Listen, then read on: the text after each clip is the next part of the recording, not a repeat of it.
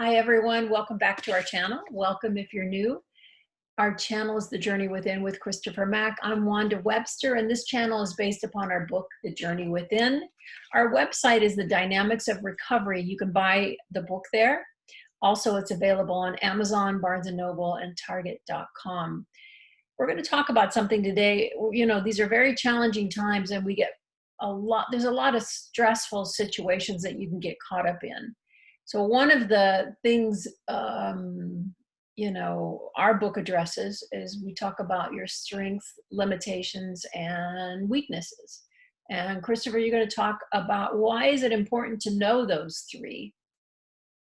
Well, John used to always tell me when we were having our groups, he would always say, he said, sometimes there I was, I had a toothpick at a knife fight.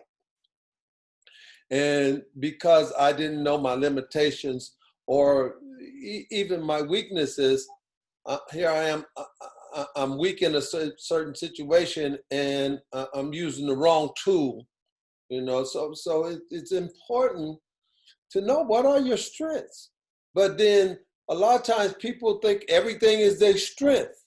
That's like a person, and here's another analogy, that's like a person that has a problem and he sees every problem as a nail.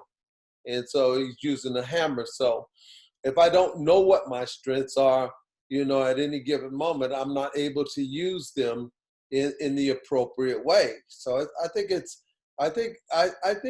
sometimes we can make our strengths our weaknesses because we're using them inappropriately.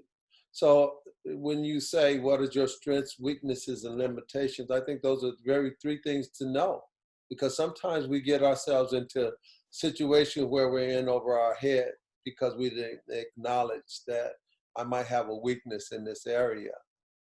That's one of the things too, that when you go to a job and you tell the boss you don't have no weaknesses, or you don't have no limitation, the boss would see you as not a person that has the capacity for growth, and maybe the job needs growth.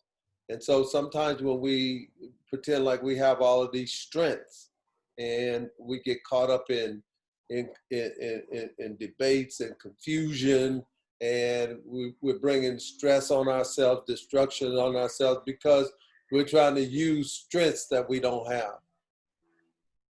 Right. So it really boils down to that lack of self-awareness, lack of honesty, maybe it's not a lack of honesty, but just not taking the time to become self-aware.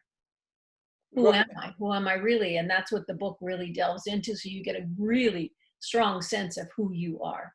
Right. And with the book helping to build that skill of introspection, but you have to get away from all of those things that haunt my ability to look at myself honestly, and that might be here again, that may be a weakness that if applied, it can become a strength.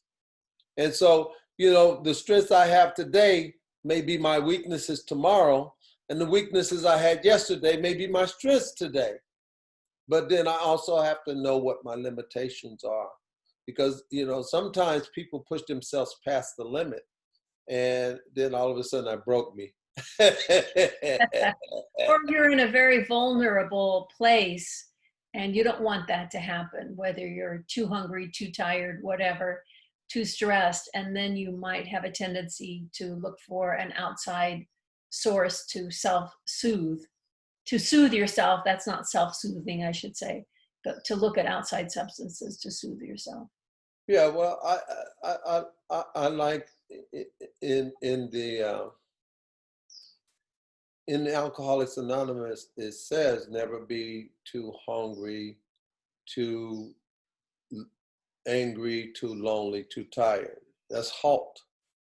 Hungry, anger, lonely, tired. But sometimes we have to stop and pause and be able to take a look, stop, look, and listen. I think there used to be, some of the instructions. And some of those instructions were spot on. If you want to live, it depends on how you want to live. Do you want to live a stress-free life? Do you want to live a life filled with anxieties, or you want to live a life filled,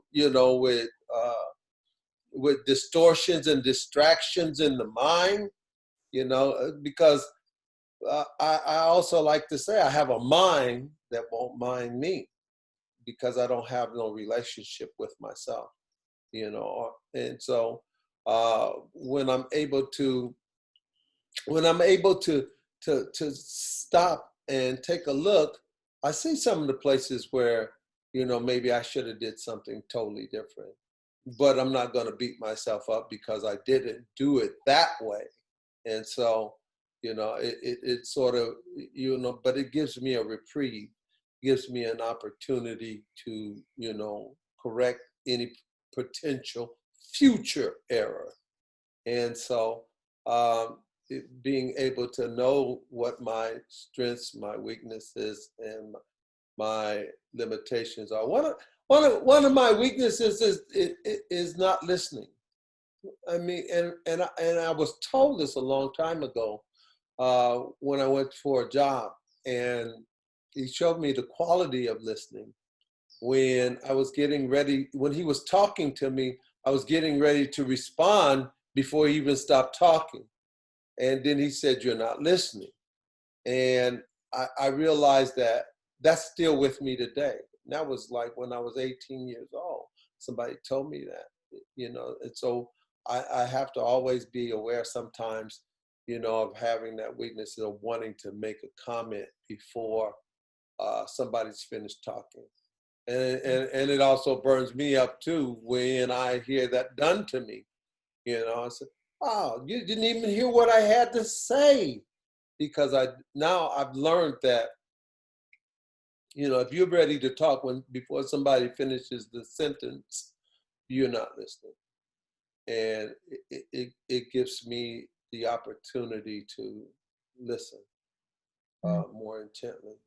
Mm-hmm. And so I also know that's one of my weaknesses, is wanting to always be able to offer something up before I've heard the whole scenario. And so sometimes I can catch it, and sometimes I can't. But when I do catch it, it's a great day. When I don't catch it, it's still a great day. But at least I caught it. Okay, good. Yeah, I get a little raggedy when I get tired and hungry, don't I? A little impatient. But you know what? But sometimes that gives me an opportunity to hear you. Mm. Especially when you're tired or something. But here's one of your weaknesses is that you'll keep going even when you're tired, Mm. and Well, that's probably true. you push yourself past the point, and you'll be trying to figure it out when. So we're both very stubborn. Yeah, well, but then sometimes you have to let something go in order to get another perspective. But if you keep going on and going at it, yeah, you might get some results, but at what cost? Your peace, or your cooperation with one another. So. Well, now more than ever, I'm feeling it because of all of the negative news out there. That my nervous system can really feel it, and sometimes it's just shot. I can't listen to this. I can't listen to the news anymore.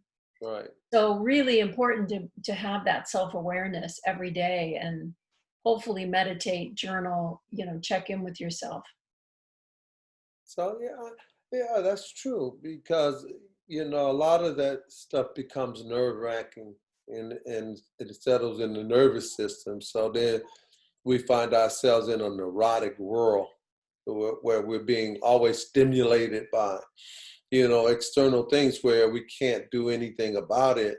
But I think one of the strengths is knowing that wait a minute, I don't have to fix everything. And just having that idea and knowing that, also attributes to what there are limitations. Maybe I'm not supposed to try to fix that. Maybe I'm not even supposed to lend, my attention to all of that, and things that you cannot, things that maybe weren't meant for you to fix. Maybe just to be aware of it, and then says, okay, well, that's something I can't do anything about. So let me just let that go, and then free my mind from any further agitation. And so, to be able to live peaceful, because I know what peace looks like. And above all, I value my peace. Yeah. Okay. Anything else you want to wrap up today with?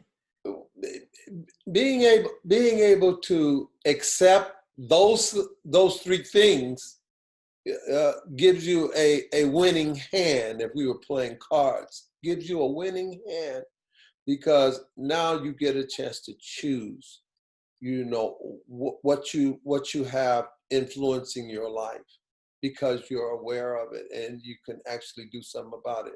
But then knowing that you have choice and you're able to utilize that choice, the ability to say, I have more than one option here. What's the best for me? So I think for me, that gives you a powerful place so that you're able to grasp and take hold of the opportunities that come your way. I like that. I love that. Thank you. Okay. I like the fact that the opportunity.